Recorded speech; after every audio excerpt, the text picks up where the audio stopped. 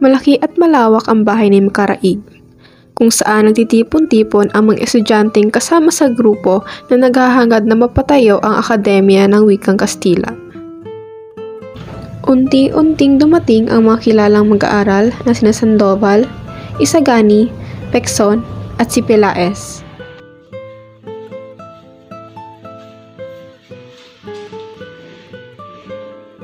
Hinihintay na lamang nila si Makaraig upang ibalita sa kanila ang tungkol sa akademya.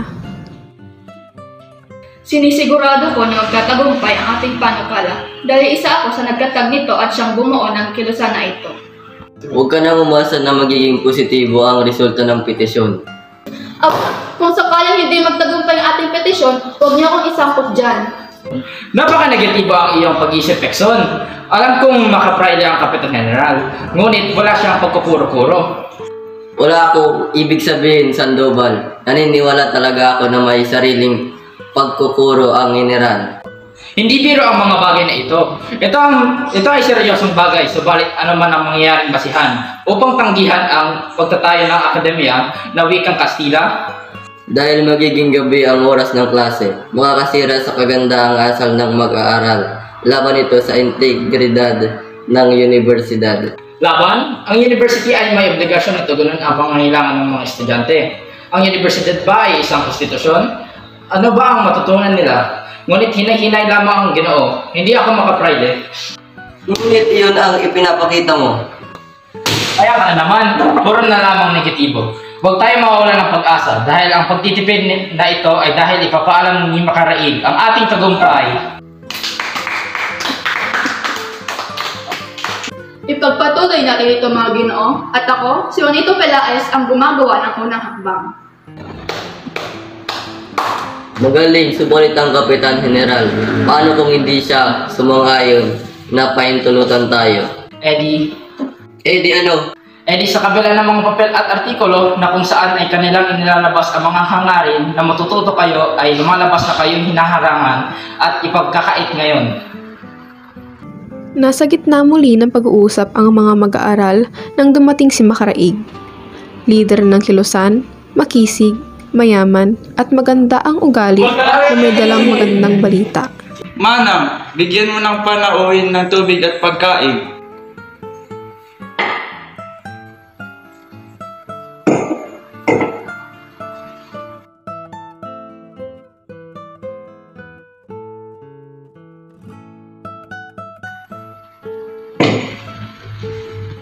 Kaninang umagay nakipagkita ako kay Padre Irene.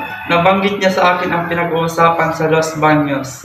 Ipinaglaban niya ang ating mga hangarin, ngunit lahat daw ay tutultulad din na Padre Sibilia, Padre Fernandez, Padre Salve, Kapitan General at si Simon. Ang mag-aalha si Simon? Tumahimik ka!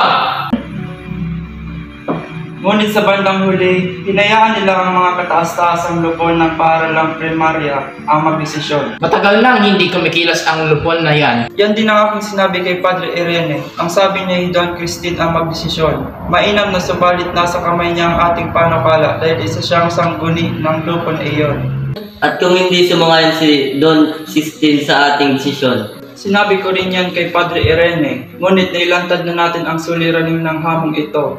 Sinabi niya kung tayo makikipagkaibigan kay Don Custodio, ay magagawa nating hilingin ang kanyang pagsang-ayon. Sa papaang paraan tayo makikipagkilala sa kanya? Dalawang paraan na sinabi ni Padre Irene. Ang insect na si Kuroga? Mananayo na si Pepay?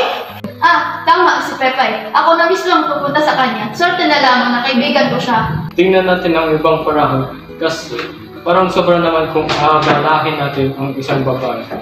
Maaari naman natin kausapin si Ginoong Pasta. Ang abogadong tagpayo ni Don Custodio? Siya nga si Ginoong Pasta ay isang Pilipino at dati siyang kaklase ng aking tiyo. Ang problema lang ay paano natin siya makakumbinsi upang pag-iusapan si Don Custodio na umanib sa anak natin. Hindi ba't may kalaguyo sa Ginoong Pasta na mananahi? Wala na ba ibang paraan kung di gamitin ang kanilang mga kaluguyo? Huwag ka namang maarte.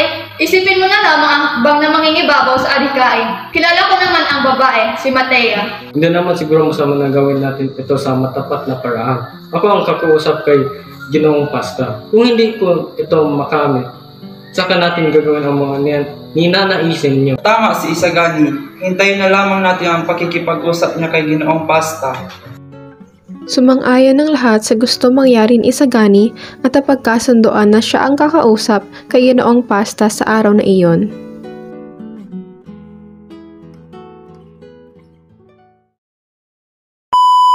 Aba, kung sakaling hindi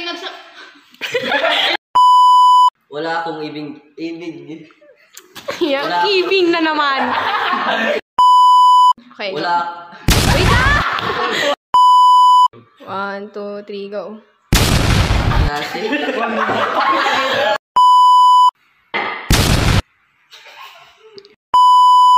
2, 3. May gumagapang sa likod!